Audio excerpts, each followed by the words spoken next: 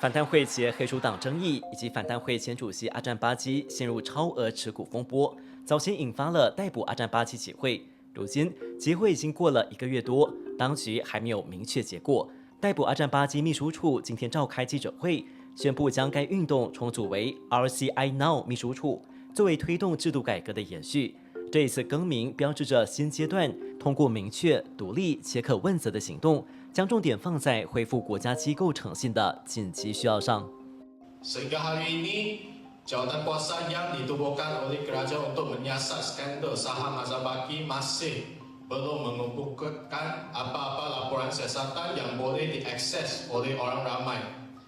Laporan tersebut hanya dibentangkan di peringkat jemaah menteri dan sehingga sekarang tidak ada tindakan konkret yang diambil.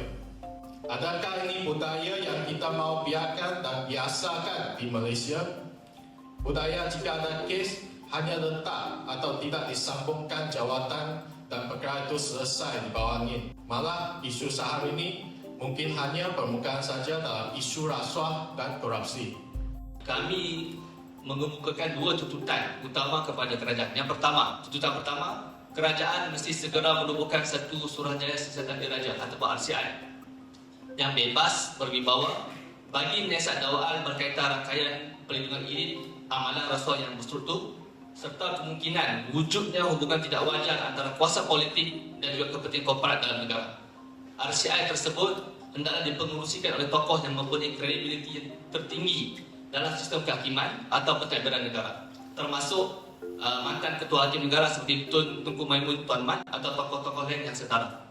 Suruhanjaya ini juga perlu bebas sepenuhnya daripada penglibatan anggota eksekutif, menteri, penjawat awam semasa serta pegawai negara bagi memastikan siasatan dapat dijalankan tanpa campur tangan atau konflik kepentingan. Sebelum ini DAP dah pernah mengemukakan untuk mendesak RCI, Suhakam pernah sebut untuk mendesak penambah RCI, MCA ada sebut untuk penambah RCI, bahkan UMNO pun ada sebut untuk supaya isu manfaat korporat ini disiasat dengan tuntas. Tetapi sehingga sekarang kita masih belum dengar apa-apa lah. Baik, saya baca tuntutan yang kedua. Kerajaan juga perlu melaksanakan plan reformasi terhadap mekanisme pelantikan Ketua Pesuruhjaya Suruhanjaya Pencegahan Rasuah Malaysia (SPRM). Kerajaan perlu merangka satu plan hala tuju reformasi SPRM, terutama melalui inkuiri Jawatan Kuasa Pilihan Dewan Rakyat bagi menggariskan proses Pesuruhjaya SPRM yang bebas dan kebertanggungjawaban SPRM kepada Parlimen dengan lebih inklusif serta bermakna. Perhatikan, Pesuruhjaya SPRM tidak boleh lagi ditentukan secara eksklusif oleh cabang eksekutif tanpa semakan institusi yang lain. Proses pelantikan perlu melalui penelitian dan pendengaran di peringkat Parlimen sebelum diperkenankan oleh Yang di-Pertuan Agong sebagai langkah memastikan ketulusan dan keseimbangan kuasa。秘书处强调，有关争议不应该随着时间流逝而被淡忘，政府也不应该继续回避外界提出的质疑。为进一步推动相关诉求，并促请政府尽快落实制度改革，秘书处宣布将展开下一阶段行动，把改革诉求正式带入国会。Sekretariat RCI Now dengan ini mengumumkan bahawa kami akan turun ke Parlimen pada 30 Jun 2026 bagi menyerahkan memorandum rasmi tuntutan RCI kepada Perdana Menteri, Menteri-Menteri dan juga ahli-ahli Parlimen. Kami menyeru kepada semua masyarakat, civil society, gerakan mahasiswa, organisasi pekerja dan seluruh anak muda yang ada di negara ini untuk menyokong usaha ini. Kita fikir isu ini tidak lagi boleh dilihat sebagai isu sesuatu kelompok, tetapi sebagai persoalan asas mengenai masa depan integriti institusi di negara ini.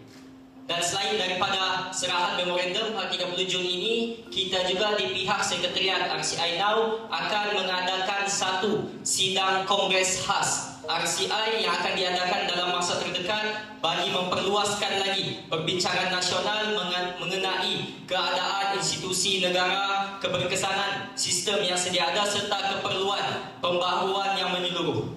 Dan kita juga mahu menggunakan ruang ini untuk menyampaikan kepada Perdana Menteri Saudara Anwar Ibrahim yang kamu tidak boleh lagi terus-menerus menangguh keperluan reformasi institusi yang telah lama dituntut oleh rakyat. Dan kita faham beban untuk memulihkan keyakinan rakyat terhadap institusi negara adalah terletak di bawah bahu Saudara Anwar Ibrahim. Dan dan kita juga mahu menggunakan ruang ini untuk menyampaikan kepada Ketua Pesuruhjaya baharu SPRM, Saudara Abdul Halim Aman, bahawa saudara tidak boleh sekadar menjadi penyambung kepada budaya lama yang telah merosakkan keyakinan rakyat terhadap SPRM. Isu korporat mafia, kontroversi saham yang melibatkan Azam Baki dan rasuah yang melibatkan ahli-ahli politik wajib menjadi keutamaan di bawah pentadbiran baru SPRM.